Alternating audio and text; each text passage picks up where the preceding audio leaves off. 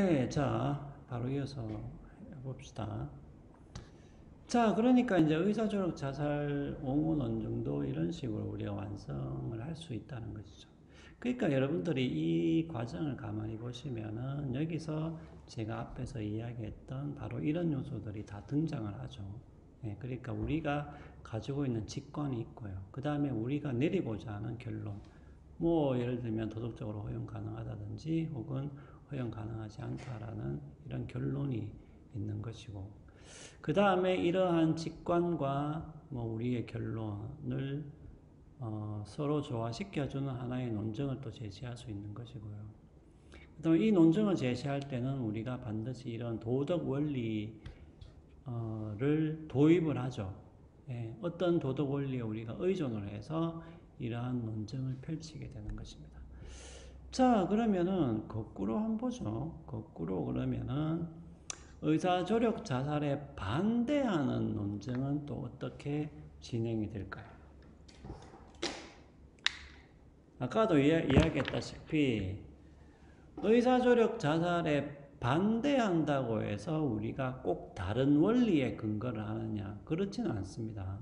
예, 우리가 앞에서도 잠깐 이야기했듯이 우리가 공유하고 있는 도덕 원리는 서로 다 비슷하다고 볼 수 있어요. 그런데 그런 비슷한 도덕 원리로부터 서로 다른, 서로 반대되는, 그러니까 한 사람은 허용 가능하다고 이야기하고 한 사람은 허용할 수 없다라고 이야기하는 이런 결론이 분명히 도출될 수 있다라는 것이죠.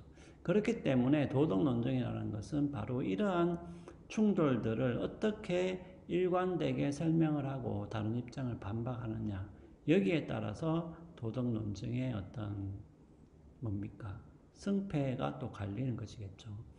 자, 그래서 의사조력 자살 반대 논증을 우리가 만약에 구성해 본다면은 의사조력 자살은 킬링의 한 형태다라고 볼 수도 있죠. 자, 그러면 여기서 이제 제 그림을 그렸는데, 만약에 어떤 사람이 다른 사람이 있는데 낭떠러지에서 떨어져 죽으려고 한다. 그래서 나를 살짝 밀어달라라고 이 사람한테 부탁을 했다고 합시다. 근데 이 사람의 부탁을 듣고 밀면은 밀었다고 합시다. 밀면은 그러면 이거는 어떻게 되는 거예요? 이게 죽이기냐 어떻게 되는 것이냐? 그러니까 우리가 죽는 것을 도와달라고 말을 했다고 해서 실제로 죽는 것을 도와주게 되면 그것은 어떤 의미에서는 킬링, 살해라고 볼 수 있는 것이죠. 근데 만약에 의사조력 자살이 여기서 이야기하듯이 살해의 한 형태가 된다라고 하면, 살해의 한 형태가 된다라고 하면 의사조력 자살은 뭡니까? 도덕적으로 적어도 허용이 될 수가 없겠죠. 네. 그러면 살해가 왜 허용 가능하지 않냐? 이렇게 근본적으로 묻는다면은 우리가 여기서 이야기한 뭡니까? 도덕 원리에 기대해서 이야기할 수가 있겠죠. 즉, 좋은 것을 하거나 나쁜 것을 하지 말라.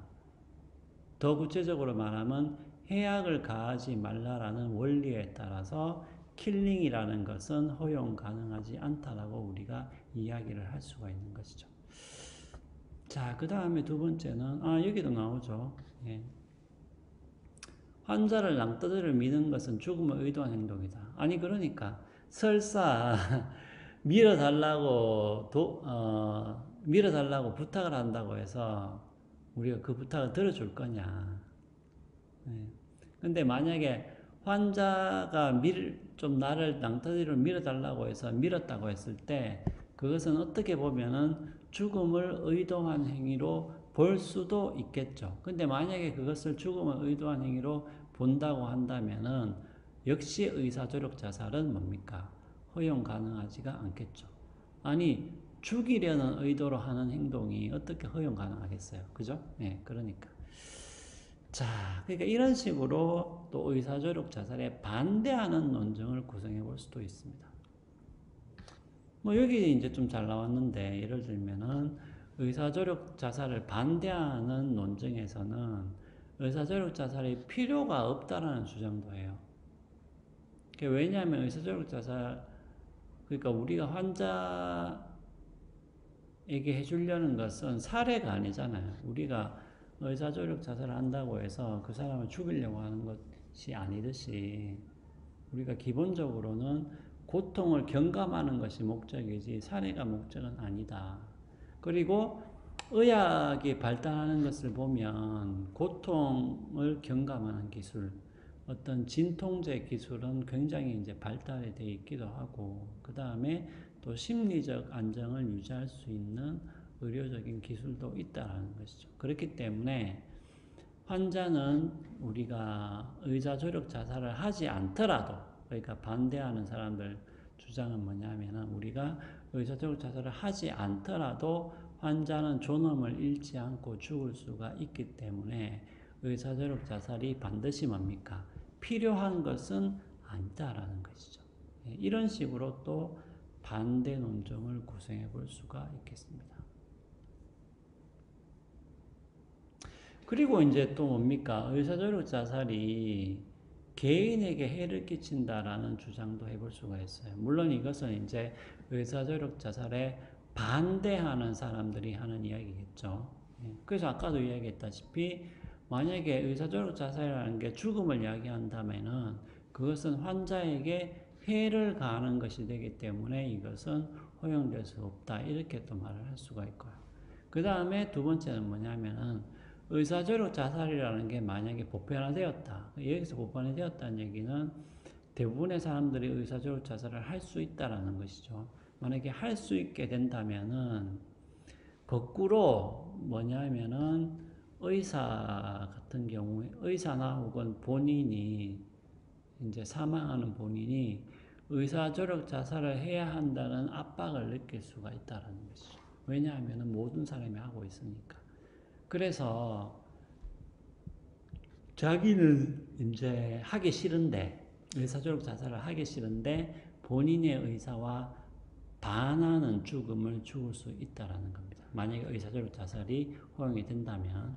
그리고 마지막으로 의사조력 자살을 허용하게 되면 의사가 뭐예요? 의사가 환자의 치료를 소홀히 할 수도 있다라는 거죠. 그러니까 이것은 다 뭡니까? 의사조력 자살에 반대하는 사람들이 제기하는 논거가 되겠습니다. 아니 그러니까 이제 의사조력 자살을 하게 되면 아니 쉽게 말하면 계속 치료하지 않고 그냥 어떤 약 처방이라든지 이런 것을 통해서 그냥 환자가 죽게 할 수 있다라는 거잖아요. 그러면 이제 치료할 필요가 없는 거지 더 이상. 그러니까 좀 심하게 말하면 뭐예요? 치료할 수 있는데 그냥 의사조력사를 해서 사망을 하는 경우도 생길 수가 있다는 것이죠. 그러니까 그런 의미에서 환자의 치료를 소홀히 할 수도 있다라는 그런 지적이죠. 만약에 의사조력 자살을 하게 된다면. 자, 그래서 아까도 뭐 이런 얘기가 나왔고요. 뭐 의료직에 해를 끼친다, 사회에 해를 끼친다. 예.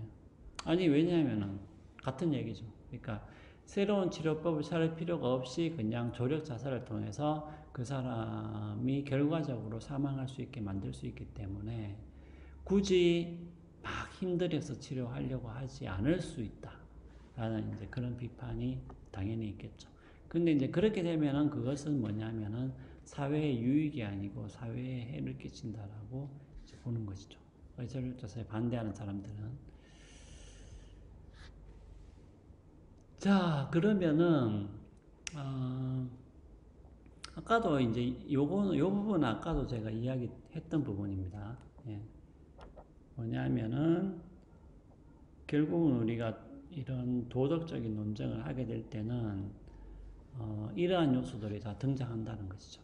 예. 그래서 원리가 무엇인가, 그리고 이 원리가 서로 충돌하는 것이냐, 서로 조화되는 것이냐. 근데 실제로는 뭡니까? 도덕 원리라는 것은 여러분들이 생각하시면 될 것 같아요. 뭐 해악을 가하지 말라는 원리는 사실은 모든 사례에 다 적용이 되죠.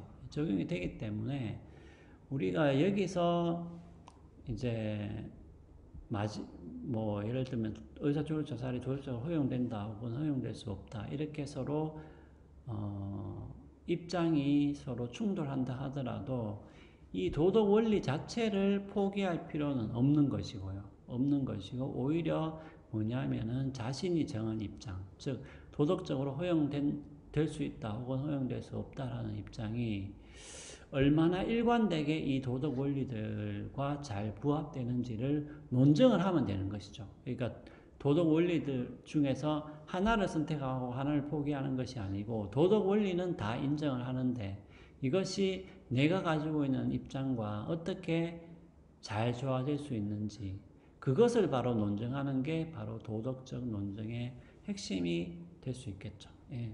그래서 직관과 논증, 원리가 서로 일관되게 잘 조화되게끔 만드는 것이 도덕적 논증의 뭡니까? 굉장히 중요한 부분이 될 수 있겠죠. 근데 만약에 이것을 일관되게 설명을 못 한다든지 아니면은 뭐 나는 의사조력사가 도덕적으로 허용 안 된다라고 주장했는데 이것이 마치 어떤 원리는 인정하고 뭐 어떤 원리는 부정하는 식으로 이것을 주장한다든지 이렇게 되면은 아무래도 이러한 식의 도덕 논쟁은 설득력이 떨어지는 것이겠죠.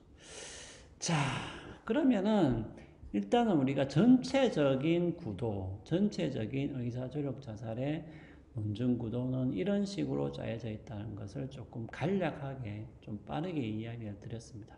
자, 그러면은 큰 뼈대는 이제 이야기를 좀 드렸기 때문에 다음 시간에는 우리가 또 칠판을 보면서 조금 더 자세하게 한번 설명을 해보도록 하겠습니다.